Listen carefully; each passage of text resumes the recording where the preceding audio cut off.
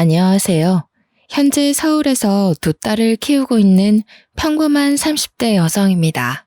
요즘 제일 힘든 것은 제게서 떨어지지 않으려 하는 딸들을 두고 출근을 하는 것이에요.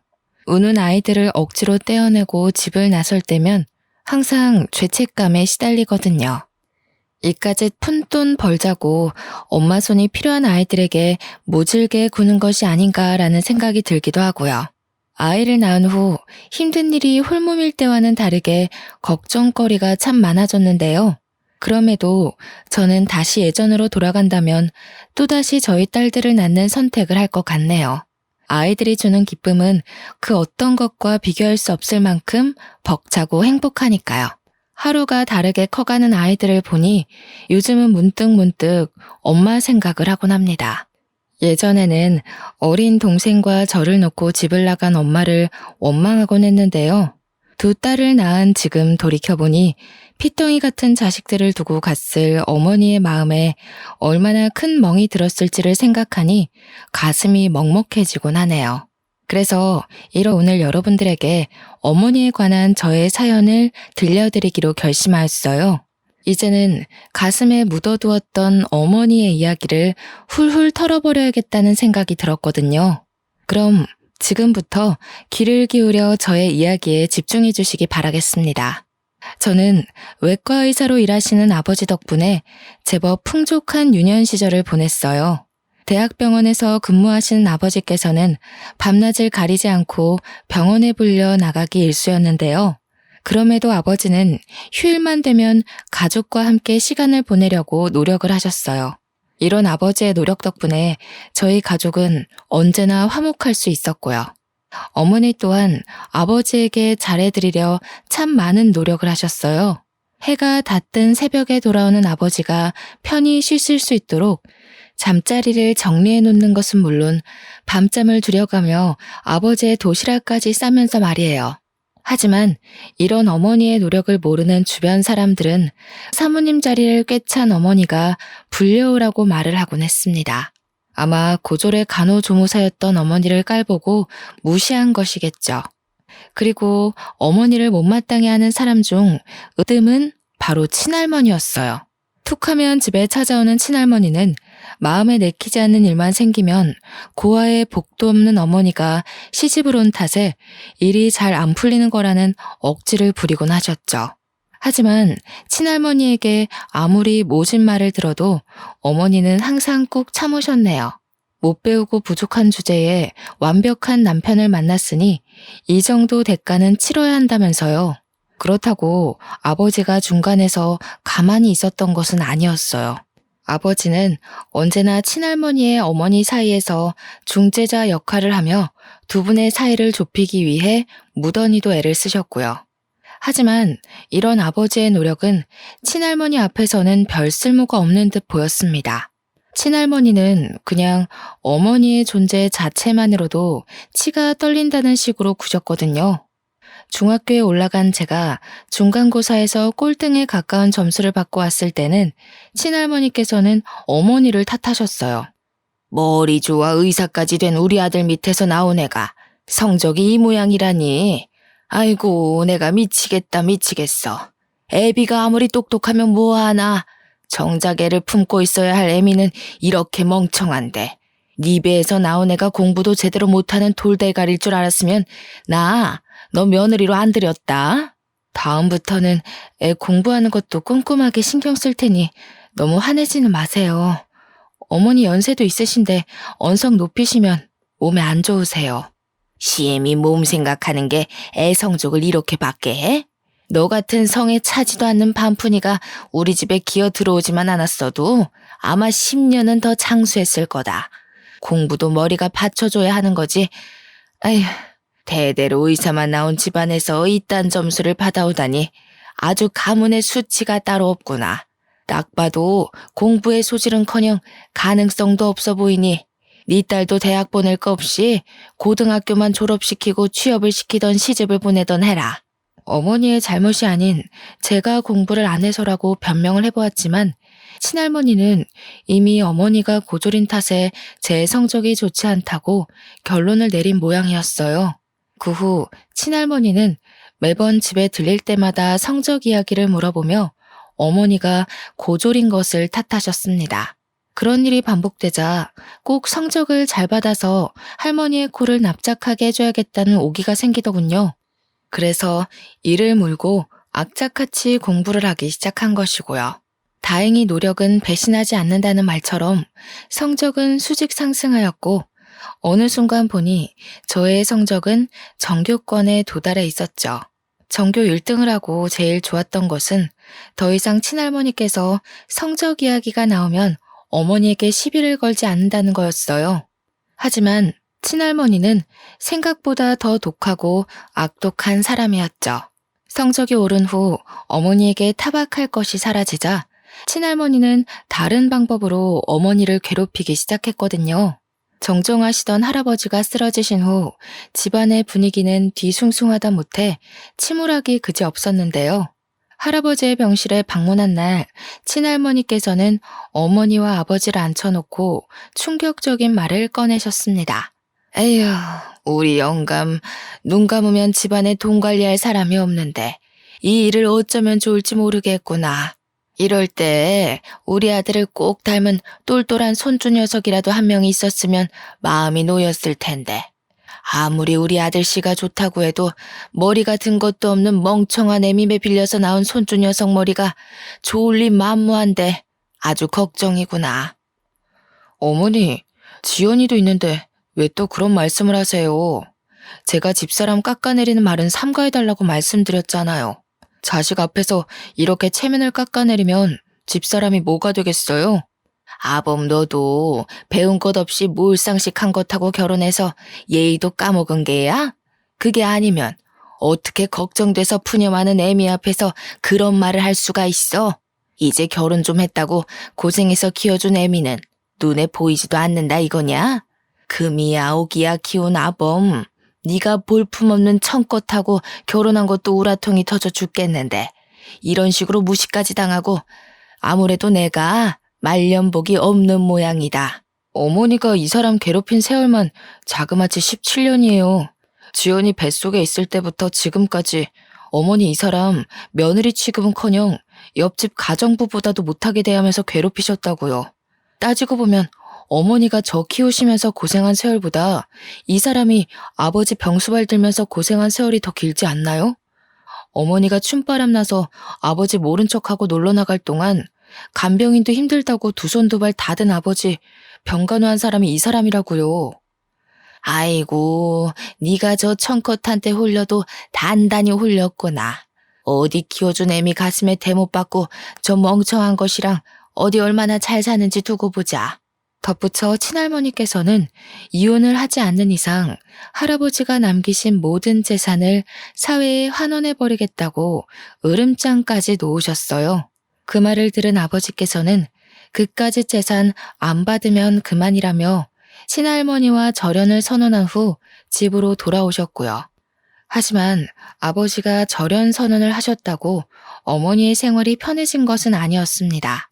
친할머니께서는 아버지가 없는 시간에 맞춰 집으로 찾아오며 전보다 더 심하게 어머니를 괴롭히셨거든요. 남편까지 지 입맛대로 구워 삼고 맹탕인 줄 알았던 네가 이 시애미를 아주 제대로 가지고 놀았구나. 우리 대단하신 고졸 며느님 그동안 시퍼렇게 눈뜨고 있는 시애미 앞에서 발톱 숨기느라 얼마나 힘드셨을지 생각하니 내가 아주 눈물이 다 나는구나. 순진한 척 발밑으로 발톱 숨기고 있는 걸 알았으면 진작 그 발톱 기도 못벽에 깎아서 버렸을 텐데. 너도 나랑 입씨름하는 거 징글 맞을 테니 내가 본론만 얘기하마. 이제 그만 아범이랑 갈라서라. 가진 거 하나 없는 고아 주제에 지금까지 우리 아범 덕분에 사모님 소리 들으면서 호의호식했으면 이제 은혜를 갚아야지. 지연이도 있는데 이혼이라뇨. 어머니, 그게 무슨 말씀이세요? 쓸모도 없는 기집애 가지고 우리 아들 발목을 잡으려는 속셈인가 본데 어림도 없지. 이번에 중매쟁이한테 물어보니 서울의 땅이며 건물이며 싹 쓸어 모은 집 딸내미가 우리 아들이랑 만나보고 싶다더구나. 나는 이번에야말로 우리 아들한테 딱 어울리는 며느리 맞을 테니 너는 그 쓸모없는 딸년 데리고 집 나갈 준비나 해라. 친할머니께서는 거의 통보하다시피 어머니에게 이혼할 것을 강요하셨고 계속되는 친할머니의 괴롭힘에 결국 어머니는 아버지에게 모든 것을 털어놓으셨죠. 이야기를 듣고 속상해하시던 아버지께서는 직접 친할머니를 찾아갔고요. 집으로 돌아온 아버지께서는 집 비밀번호도 바꾸었으니 다시는 친할머니에게 문을 열어주지 말라고 어머니와 저에게 당부를 하셨는데요. 어머니를 위해서 친할머니에게 강경하게 대응하는 아버지의 모습이 새삼 멋있더군요. 아무리 아내가 중요하다고 해도 낳아주고 키워준 어머니를 저버리는 건 쉬운 일이 아니잖아요. 아버지가 직접 나선 후 친할머니는 전처럼 집에 찾아오지도 어머니에게 전화를 하지도 않으셨습니다. 안정을 찾아서인지 어머니의 안색 또한 나날이 좋아졌고요. 그리고 평화로운 나날을 보내던 중 저희 가족에게는 좋은 소식이 들려오게 되었어요. 어머니께서 43살에 그토록 바라던 아들을 임신하게 된 것이었죠. 임신 사실을 안 날부터 안정기에 접어들 때까지 어머니께서는 모든 것을 조심하려고 애쓰셨어요. 안정기에 접어든 후에도 언제나 뱃속의 동생을 먼저 생각하기 위해 노력하셨고요. 2개월이 되던 날 어머니께서는 아버지에게 먼저 할머니 댁에 가자고 제안을 하셨는데요. 아버지께서는 극구 반대를 하셨어요. 작은 것 하나에도 꼬투리를 잡아 어머니를 괴롭히시는 친할머니의 성정을 그 누구보다 아셨거든요. 하지만 어머니께서는 아무리 그래도 임신 소식은 알려야 되지 않겠냐며 아버지를 설득하셨습니다. 어머니의 말에 아버지는 못 이기는 척 친할머니에게 임신 소식을 전하게 되었죠. 그토록 바라던 손자를 봐서인지 친할머니께서는 그 전과 달리 조심스러운 태도로 어머니를 대하시더군요. 어머니께서는 40이 넘은 나이에 찾아온 뱃속의 동생을 참 예뻐하셨지만 나이가 있는지라 체력적으로 참 많이 힘들어 하셨어요. 그리고 엎친 데 덮친 격으로 저 또한 대학교로 인해 서울로 가야 하는 상황이라 심적으로 더욱 힘들어 하셨죠. 마음이 여린 어머니께서 말씀을 하지는 않으셨지만 저에게 의지를 많이 하셨거든요. 아무 연고도 없는 서울에 올라온 후 가장 먼저 든 걱정거리는 바로 어머니였네요. 아무리 아버지가 있다고 해도 친할머니께서 다시 어머니를 괴롭혀 오면 홀몸도 아닌 어머니께서는 그저 당하고 있을 수밖에 없는 거잖아요. 서울의 광경에 고삐가 풀린 것처럼 놀러 다니는 동기들은 어머니에게 꼬박꼬박 전화를 하는 저에게 괜한 걱정을 한다며 핀잔을 주었는데요. 항상 마음을 무겁게 하던 어머니에 대한 걱정은 어느새 현실로 다가와 있더라고요. 잠을 자려고 누운 늦은 밤, 아버지께서는 진통을 겪고 있던 어머니가 응급실에 갔다며 전화를 하셨습니다. 전화를 받자마자 당장 택시를 잡아 어머니가 계신 산부인과로 향하게 되었고요. 병원에 도착하니 그 앞에는 친할머니만 앉아 있었어요. 친할머니가 말하길 아버지는 갑작스러운 수술이 잡혀 오지 못하셨다고 하더군요. 자리에 앉아서 기다리려고 했지만 어머니에 대한 걱정 때문인지 계속해서 수술실 앞을 서성일 수밖에 없었습니다. 어머니께서는 예정일보다 2달이나 빨리 진통을 겪으셨거든요. 몇 시간이 흘렀을까? 수술실에서 나온 의사는 아무래도 어머니의 상태가 좋지 않아 당장 수술을 해야 할 것 같다는 말을 했는데요. 수술이란 이야기를 듣자 친할머니께서는 무조건 자연분만을 해야 한다며 펄쩍 뛰셨어요. 그 모습을 보자 서러움이 온몸으로 느껴졌습니다. 지금까지 친할머니께서 어머니를 못마땅해 하던 것은 알고 있었지만 어머니의 상태가 좋지 않은 상황에서도 어머니를 신경 쓰지 않을 줄은 몰랐거든요. 의사는 거듭 현재 어머니의 상태를 알리며 수술을 해야 한다고 말했지만 할머니께서는 수술을 할 거면 차라리 애를 낳지 못하게 막아달라며 말도 안 되는 억지를 부리셨어요. 보다 못해 수술이란 말을 꺼내자 할머니는 도끼 눈을 뜬 채 계집애 주제에 초를 친다며 나무라셨는데요. 결국 어머니의 상태를 걱정하던 의사로 인해 어머니는 제왕절개 수술을 할 수 있었죠. 다행스럽게도 어머니와 동생 모두 건강하다고 했는데요. 어머니의 상태를 걱정하던 와중 친할머니께서는 한숨을 내쉬며 아직 회복도 안 된 어머니에게 한 소리를 하기 시작했어요. 나 때는 2박 3일이 걸려도 자연분만을 했는데 너는 어떻게 글러먹은 애가 고작 6시간도 못 버텨서 수술을 하는 거냐? 가뜩이나 머리도 돌대가리면서 애라도 자연분만으로 낳아야 그나마 머리가 평균치는 따라갈 거 아니냐? 할머니는 도대체 어디서 그런 말도 안 되는 이야기를 듣고 와서 저희 엄마를 괴롭히시는 거예요?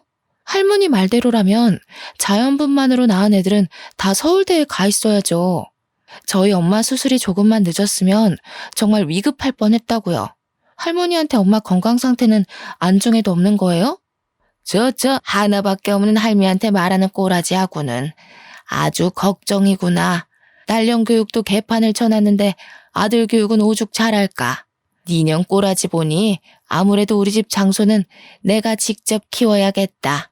할머니는 말도 안 되는 이야기를 하며 어머니를 괴롭혔는데요.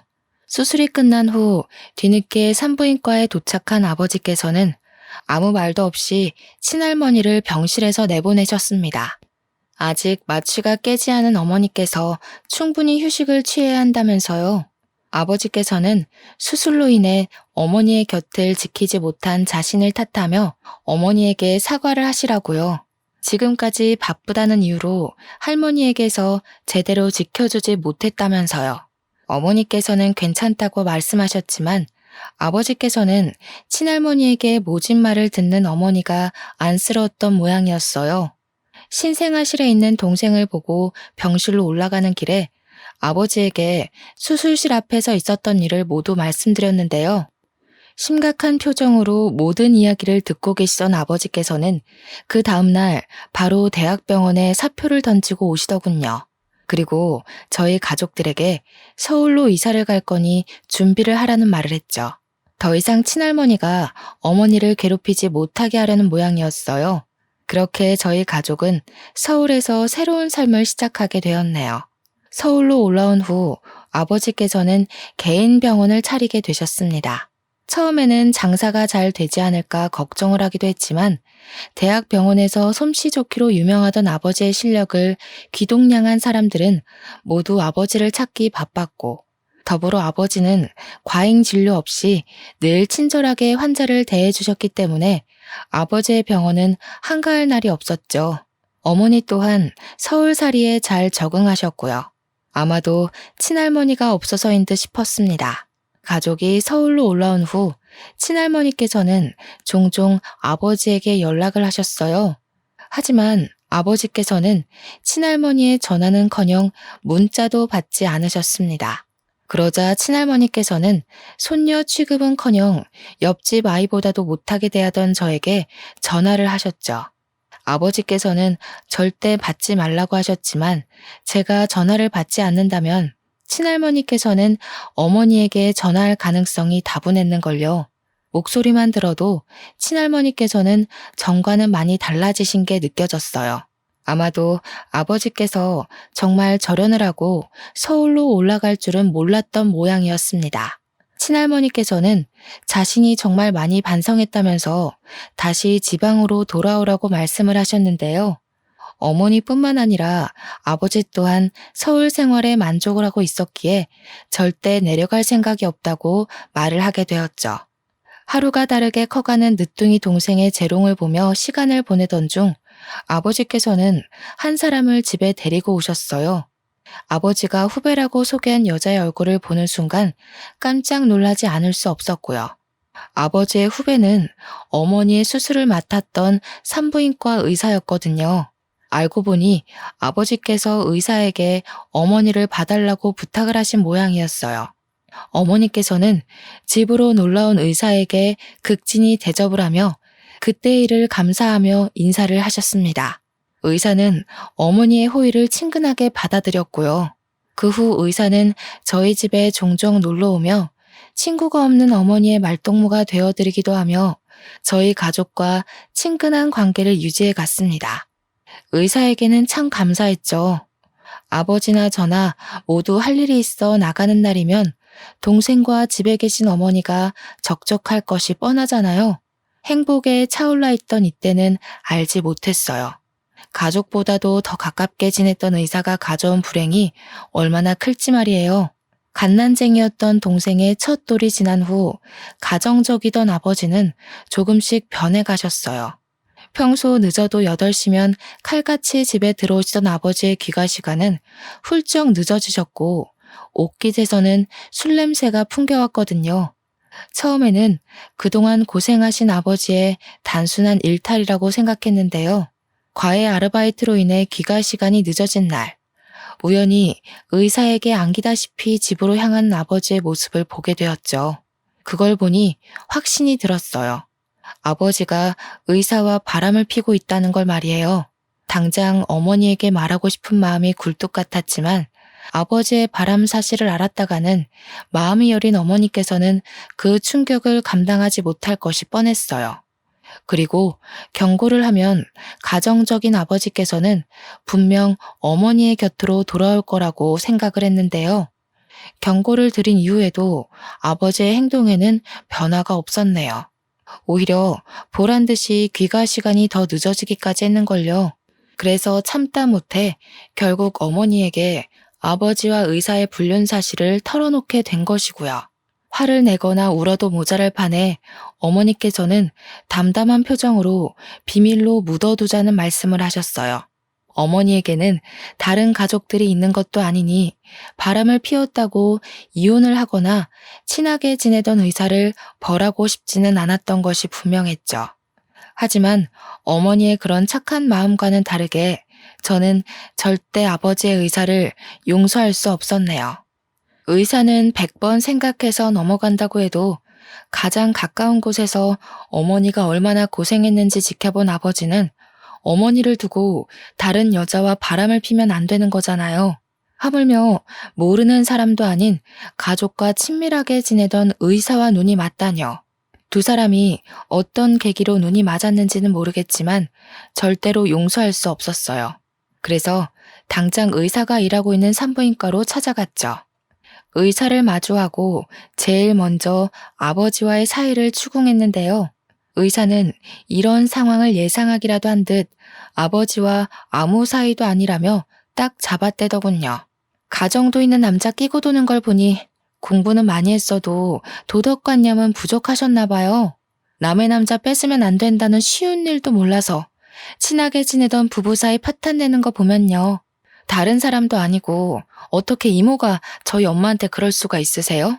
저희 엄마 지난 수십 년 동안 할머니한테 시집살이 당하다가 이제 안정 찾으셨어요. 엄마가 얼마나 시집살이를 심하게 당했는지 수술실 앞에서 할머니 행동 보셨으니 이모도 잘 아실 거 아니에요. 선배랑 같이 몇 번 술 먹은 건 사실이지만 네가 생각하는 그런 사이 아니니까 오해하지는 않았으면 좋겠어.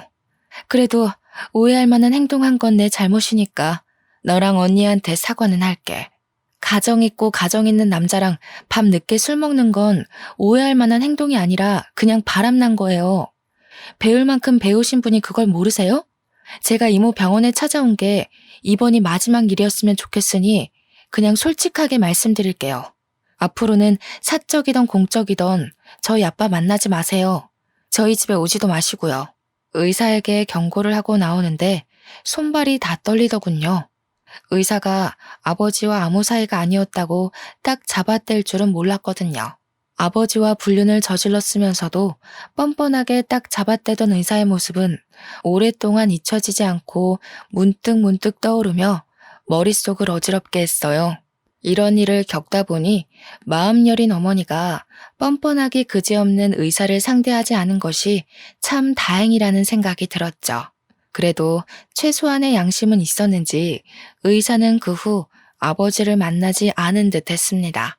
다시 집으로 돌아오신 아버지께서는 전처럼 가정적인 아버지의 역할에 충실하셨어요.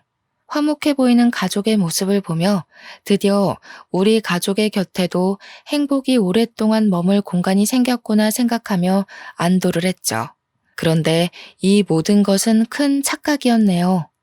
아버지와 어머니께서는 정확히 한 달 후 이혼을 하셨거든요. 아버지와 이혼 선언을 한 후 캐리어에 옷가지를 넣는 어머니의 모습은 비현실적일 만큼 믿을 수 없었어요. 모든 것이 다 거짓말 같았죠.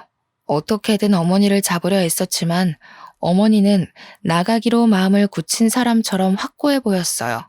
평소 여리고 눈물 많은 어머니와 짐을 싸는 어머니가 동일 인물일까 하는 의구심이 들 정도로 어머니는 그만큼 아버지와 이혼을 해야겠다는 의지를 불태우고 계셨습니다. 아버지에게도 전화를 해 어머니와 이혼을 하지 말라고 애원을 해보았지만 아버지는 어른들의 일이니 끼어들지 말라는 말만 할 뿐이었는걸요. 이혼을 부부의 일이니 끼어들지 말라는 아버지도 아직 옹알이도 제대로 못하는 어린 동생을 두고 떠나려는 어머니도 저는 도저히 이해할 수가 없었어요. 그래서 여행 가방을 가지고 나가려는 어머니의 바지가랑이를 붙잡은 것이고요. 눈물이며 콧물을 있는 대로 쏟으며 어머니를 잡으며 이혼을 하지 않으면 안 되냐고 빌었는데요. 어머니께서는 한숨을 푹 내쉬며 구겨진 바짓단을 정리하시더군요. 한평생 네 할머니한테 시집살이 당한 걸로도 모자라.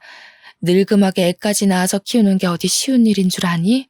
네가 보기엔 엄마가 책임감 없이 도망간다고 생각할 수도 있고 어린 네 동생 떼어놓고 나가는 게 이기적이라고 생각할 수도 있겠지만 엄마는 이제 너무 지쳤어.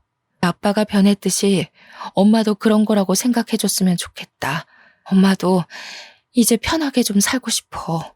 어떻게든 어머니가 나가는 것을 막으려 했지만 혼자의 힘으로는 역부족이었습니다. 닫혀가는 현관문 사이로 사라져가는 어머니의 모습을 보자 그동안 혼자서 얼마나 속이 타들어갔기에 갓난쟁이 동생까지 두고 사라지는 걸까라는 생각이 들더군요. 힘들었다는 어머니의 말을 듣고 보니 저는 참 나쁜 딸이었어요. 단순히 친할머니의 시집살이가 사라졌으니 어머니 인생은 이제 편할 거라며 안일하게 생각했거든요.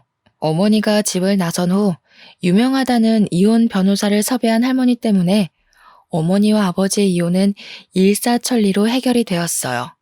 두 분이 헤어진 후에야 알겠더라고요. 어머니의 존재가 얼마나 소중했는지 말이에요. 어머니가 없는 집은 전과는 비교도 할 수 없을 정도로 썰렁했어요. 훈훈한 기운이 없는 집에서 제일 걱정이 되는 것은 동생이었죠. 가족 중에서 어머니의 빈자리를 제일 많이 느끼는 것은 아직 어린 동생일 게 뻔했으니까요. 동생은 어머니의 빈자리를 아는 것처럼 시도 때도 없이 울음을 터뜨렸어요.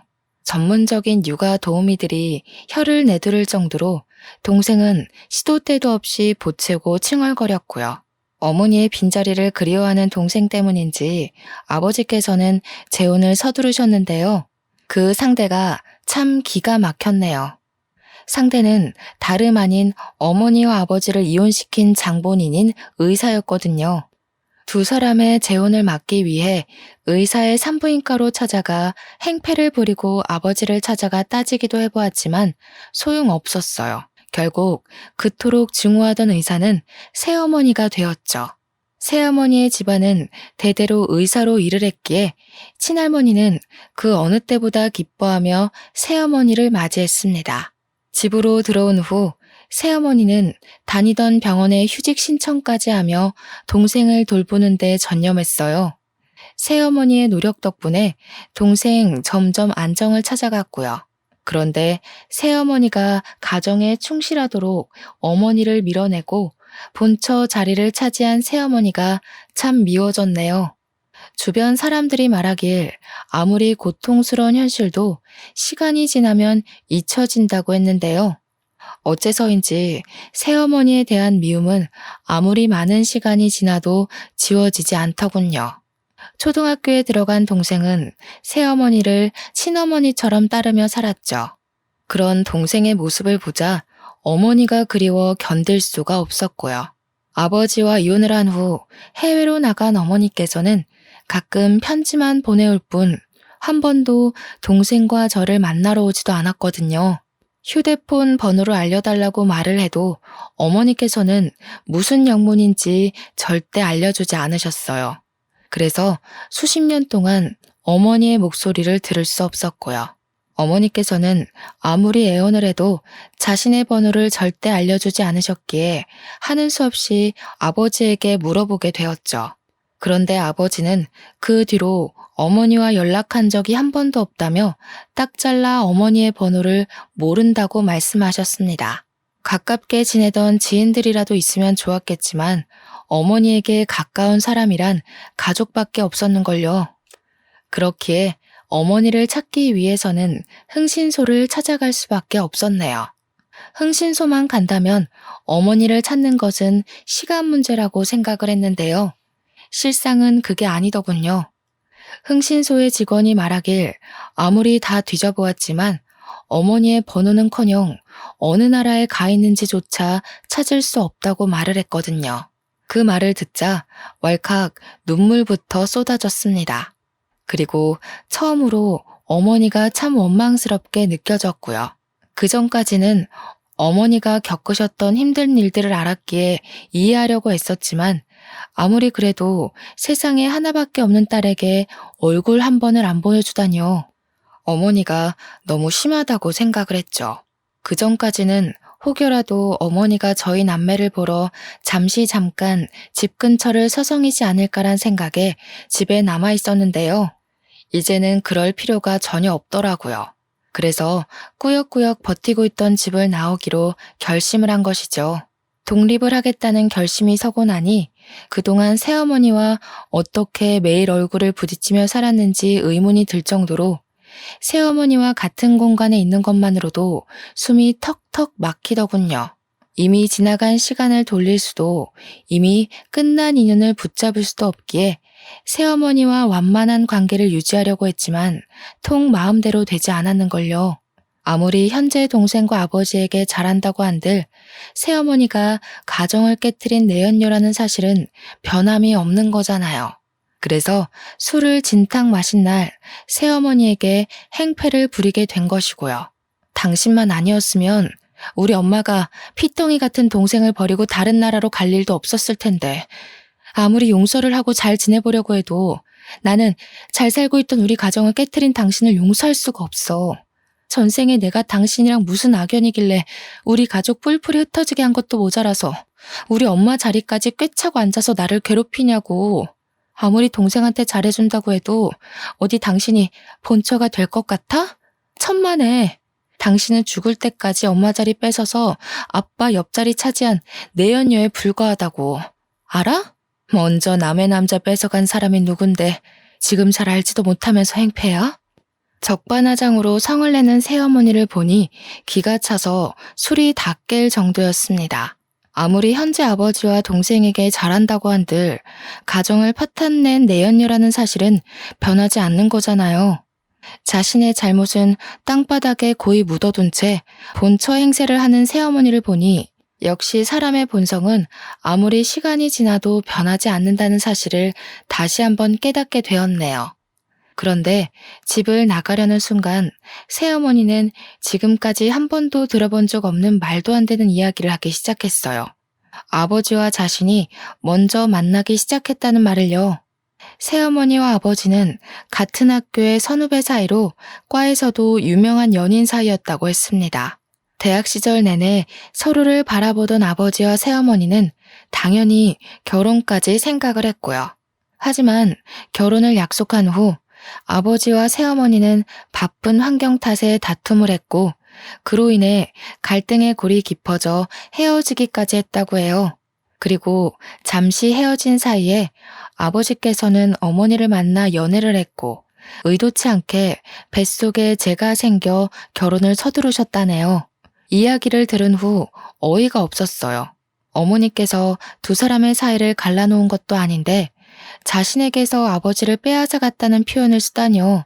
고작 그런 일로 아버지와 바람 피운 것을 합리화하는 새어머니의 모습은 눈곱만큼 붙어있던 정도 떨어질 만큼 끔찍하게 느껴졌죠. 새어머니와의 말다툼이 있은 후 곧장 짐을 싸 이사를 하게 되었는데요. 아버지께서는 끝까지 아쉬워하시며 자취하는 것을 말리시더군요. 가족들을 두고 혼자서 살게 된다면 분명 외로울 거라면서요. 저 또한 처음에는 외로울까봐 걱정을 하게 되었는데요.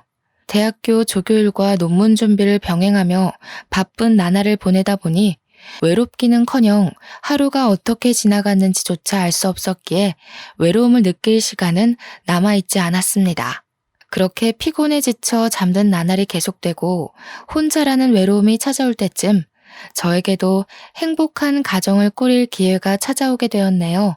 조교 일을 그만두고 시간 강사 일을 시작할 때쯤부터 어머니가 집을 나가는 악몽에 시달리게 되었는데요. 걱정을 해주던 친구는 한 정신과를 추천해 주더군요. 반신반의하면서 방문하게 된 정신과였지만 담당 의사는 편안하게 이야기를 들어주며 정신적인 위로 또한 해주려 노력을 하였어요. 마음속에 묻어두었던 이야기를 털어놓을 때면 의사는 한 번도 빠짐없이 이야기에 경청을 해주었고요. 진심으로 위로를 해주는 의사 덕분에 점차 악몽에 시달리는 일도 없게 되었기에 더 이상 정신과를 다니지 않아도 된다는 판단이 들어 정신과 상담을 종료하기로 결심했죠. 마지막 진료날 의사에게 진심으로 감사의 인사를 전하며 자리에서 일어나려고 했는데요. 의사는 쑥스러운 듯 자신의 번호가 적힌 메모지를 내밀며 마음을 표현하더군요. 저 또한 의사에게 호감이 있는 상태였기에 저희는 차츰차츰 서로에게 알아가기 위해 많은 시간을 같이 보내게 되었습니다. 그리고 만난 지 1년이 지난 후 이 사람과 함께라면 인생이 행복할 거라는 확신이 들어 결혼을 결심하게 된 것이고요. 아버지께서는 호감형의 예의까지 바른 의사를 참 마음에 들어 하셨어요. 당장이라도 결혼식을 올리라고 하실 만큼이요. 하지만 문제는 의사 쪽 가족들과 상견례를 하는 자리에서 일어나게 되었네요.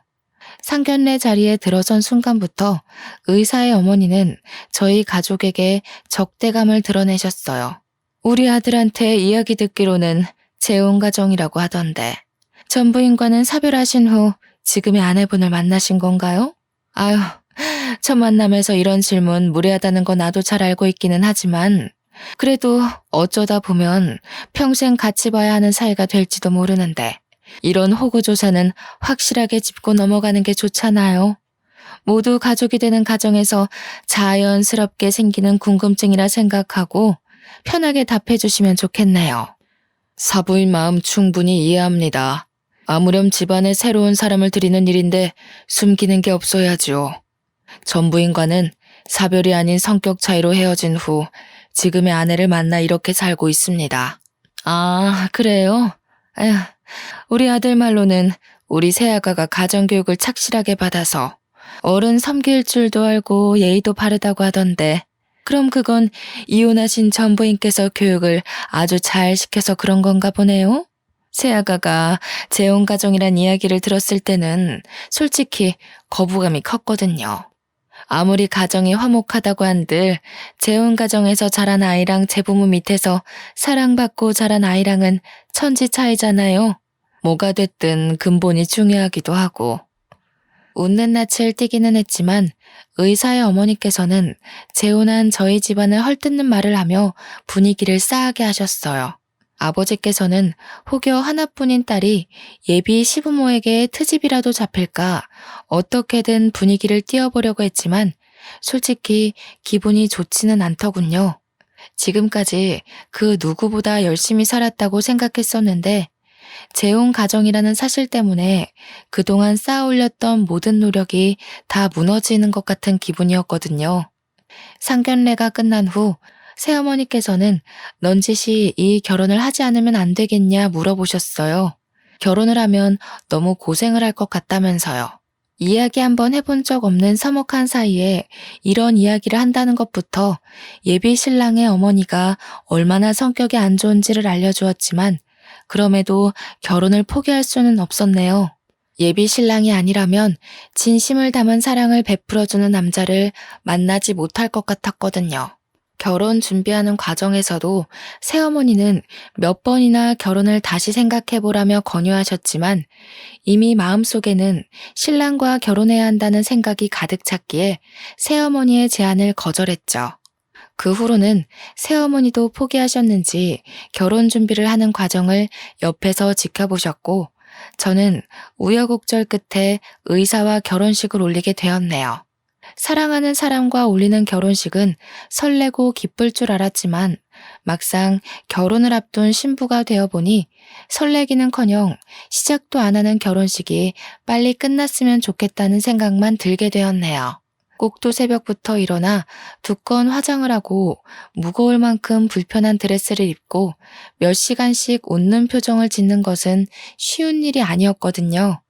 졸음이 쏟아지는 것을 참으며 결혼식에 와준 하객들에게 억지 웃음을 지을 때였어요. 식장에 들어가기 10분도 남지 않은 상황에서 결혼식과 전혀 어울리지 않는 초라한 행색의 중년 여성이 신부 대기실로 들어오더군요. 내 친어머니의 이름을 말한 여자는 어머니와 같은 고아원 출신으로 현재는 어머니의 병수발을 들고 있다는 말을 했습니다. 얼토당토하지 않은 이야기라고 생각을 했어요.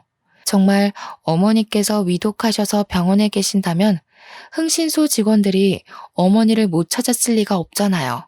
여자에게 의심의 눈초리를 보낼 때였습니다. 신부 대기실에 들어온 새어머니께서는 초라한 행색의 여자를 발견하고서는 불같이 화를 내며 윽박을 지르셨어요. 당신, 여기가 어디라고 함부로 찾아와요. 내가 분명히 말했잖아요. 무슨 일이 있어도 애들 앞에는 절대 나타나지 말라고. 만날 때마다 누누이 한 말인데 그 쉬운 걸 잊어버린 거예요?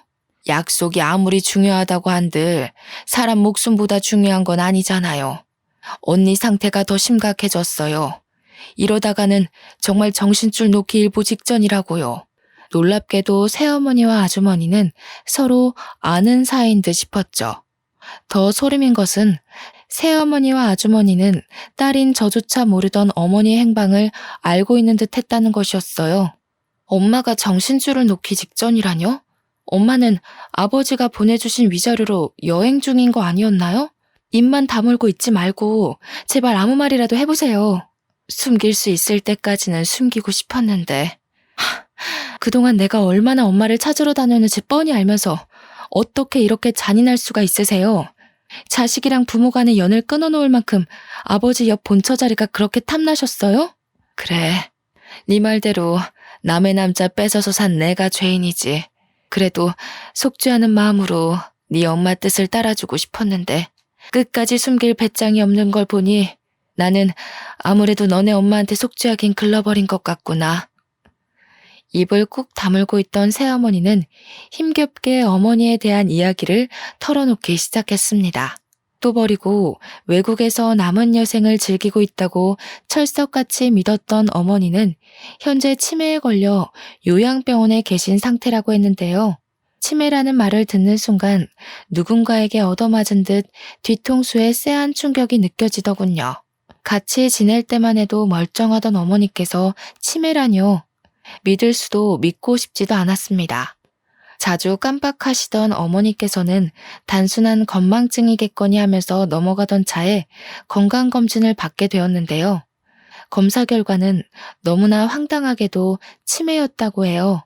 검사 결과를 받았을 때는 아직 치매가 초기 단계에 불과했지만 자식들에게 기억을 잃어가는 모습을 보이고 싶지 않았던 어머니께서는 아버지에게 자신의 상태를 알리며 이혼할 것을 권유하셨다네요. 새어머니에게 아버지와 재혼 후 저희를 맡아서 키워줄 것을 부탁까지 하면서요. 모든 사실을 알고 나자 그동안 새어머니를 내연녀라 오해하고 미워하던 것이 떠올라 견딜 수 없을 만큼 괴로워 오열을 할 수밖에 없었네요. 새어머니께서는 어머니와의 약속을 지키기 위해 내연녀라는 오명을 쓰고도 피덩이 같던 동생까지 자신의 자식처럼 잘 키워주신 거잖아요. 죄송해요. 난 그런 줄도 모르고 지금까지 미워하기만 하고 뭐라고 사과를 드려야 할지, 그동안 저 때문에 힘드셨을 시간을 어떻게 보상해드려야 할지 너무 죄송해요. 아니야. 나야말로 너랑 현우한테 미안하지. 언니가 나한테 직접 재혼 이야기를 꺼낸 건 이미 내가 선배를 좋아한다는 걸 알았을 테니까. 나야말로 정말 미안하다 아가. 그렇게 모든 진실을 알게 된 후 새어머니와 저는 서로를 끌어안으며 오열할 수밖에 없었습니다. 화장이 다 지워질 정도로 눈물을 쏟았지만 화장이 무너진 것은 아무런 상관이 없었어요. 수십 년 동안 가슴에 묻어두었던 응어리를 다 풀어버렸으니까요. 결혼식이 끝난 후 남편에게 모든 것을 솔직하게 말을 했는데요. 이미 저의 사정을 알고 있던 남편은 오히려 지금이라도 모든 오해를 풀어 다행이라며 꼭 안아주었는걸요. 그 후 저희 가족은 모두 어머니를 보러 요양병원에 향했고요.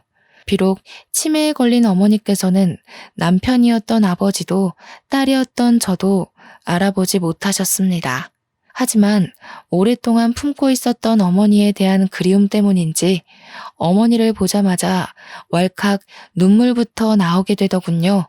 요양보호사로서 옆에서 어머니를 간호해 주시던 아주머니께서 말씀하시길 새어머니께서는 한 달에 한 번 요양병원을 찾아와 어머니를 보살펴 주셨다고 했습니다.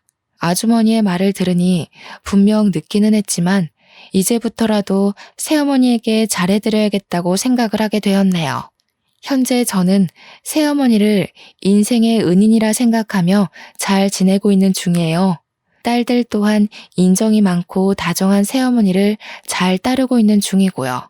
어머니께서는 이제 대소변도 가리지 못하실 만큼 온전하지 못한 정신을 가지고 계셨지만 그럼에도 새어머니께서는 한 달에 한 번 꼬박꼬박 어머니를 찾아가 상태를 살펴주셨습니다. 가족들을 한결같이 귀한 손님처럼 대접해 주시는 새어머니는 참 대단한 것 같아요. 피 한 방울 섞이지 않은 남에게 꾸준한 정성을 쏟는다는 것이 쉬운 일은 아니잖아요. 평생에 걸쳐서 애를 쓴다고 해도 새어머니에게 받은 은혜를 다 갚기에는 모자라다는 생각을 하긴 하지만 그럼에도 저는 새어머니에게 받은 모든 것을 돌려드리기 위해 노력할 겁니다. 그럼 지금까지 길고 길었던 어머니에 관한 이야기를 들어주신 여러분들에게 감사의 인사를 드리며 저의 사연은 이만 마치도록 할게요. 지금까지 사연을 들어주셔서 감사합니다.